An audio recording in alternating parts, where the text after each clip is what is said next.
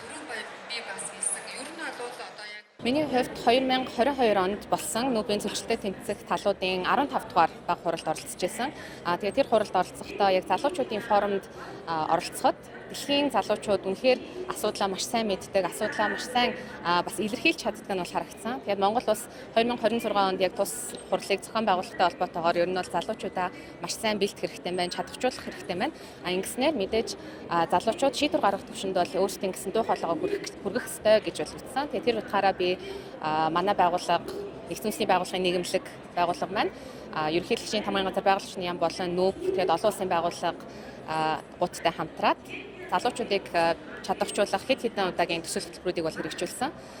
Тэгээд энэ явцдаа болохоор ер нь бол залуучууд маань нэлээд идэвхжсэн гэж харж байгаа. Монгол улсын ч гэсэн яг залуучууд уур амьсгалын өөрчлөлт, сүлжилт, гангийн асуудлын талаар бас мэдээлэлтэй болоод одоо олон улстай буюу НҮБ-ийн ягийн зөвлөлтөд тэмцэх 17 дугаар баг хурал дээр бол яг олон улсынхаа залуучуудыг яг манлайлаад явж байна. Тэгээд энэ ямар ач холбогдолтой вэ гэхлээр бид нар бол дараагийн одоогийн болон дараагийн үеийн яг манлайлагчтай маш сайн бэлдэж чадчихээн.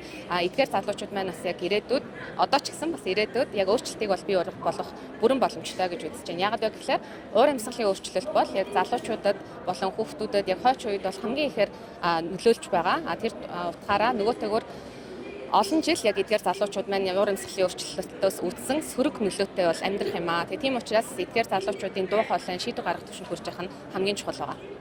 Ер нь тэгэхээр яг энэ залуучуудын хувьд одоо тухайн нэг сэдвийн асуудлыг хөндөж асуудал гаргаж ирснээр тухайн асуудлыг илүү бодиттой байдлаар харах энэ боломжийг солгож явах шүү. Тэгэхээр манай улсын хувьд одоо ингээд 2 жил одоо даргалагч улс. Тэгэхээр энэ хугацаанд залуучууд манаас илүү одоо сэдвийг гаргаж ирж тавьж өөрсдийнхөө бас оролцоог нэмэгдүүлэх нь чухал юм шиг харагдаж байна.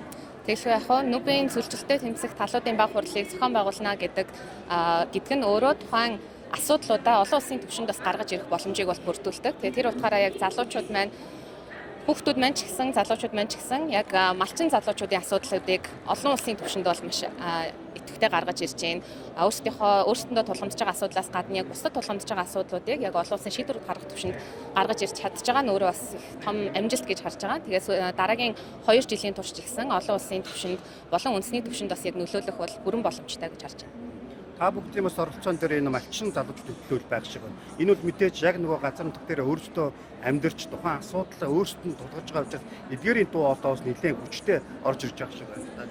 Тэгэлгүй яг хоо үндэсний байгууллагын залуучуудын зөвлөлөөс өнөөдөр зохион байгуулж байгаа энэ арга хэмжээнд дээр бол яг малчин залуучуудын төлөөлөл оролцож байна. Тэгээд эдгээр залуучууд маань өөрсдөндөө тулгамдж байгаа асуудлыг яг олон улсын түвшинд гаргаж ирж байгаа нь өөрөө бас маш том амжилт болж байгаа. Яагаад вэ гэхээр бид хотод амьдардаг залуучууд тийм ээ мэдээж яг орон нутагт болж байгаа асуудлыг төдийлөн сайн мэдхгүй. Тэгэхээр яг тэр асуудлууд нь хамгийн ихээр тулгамдж байгаа залуучууд маань өөрсдөө яг дуу хоолойгоо хүргэх нь илүү үр дүнтэй байгаа. Тэр ч утгаараа байгууллагын залуучны зөвлөлт маань өөрсдөө яг идэвхтэй залуучуудаа идэвхтэй оролцуулахыг бас эрмэлзээд өнөөдөр бол оролцуулж байна.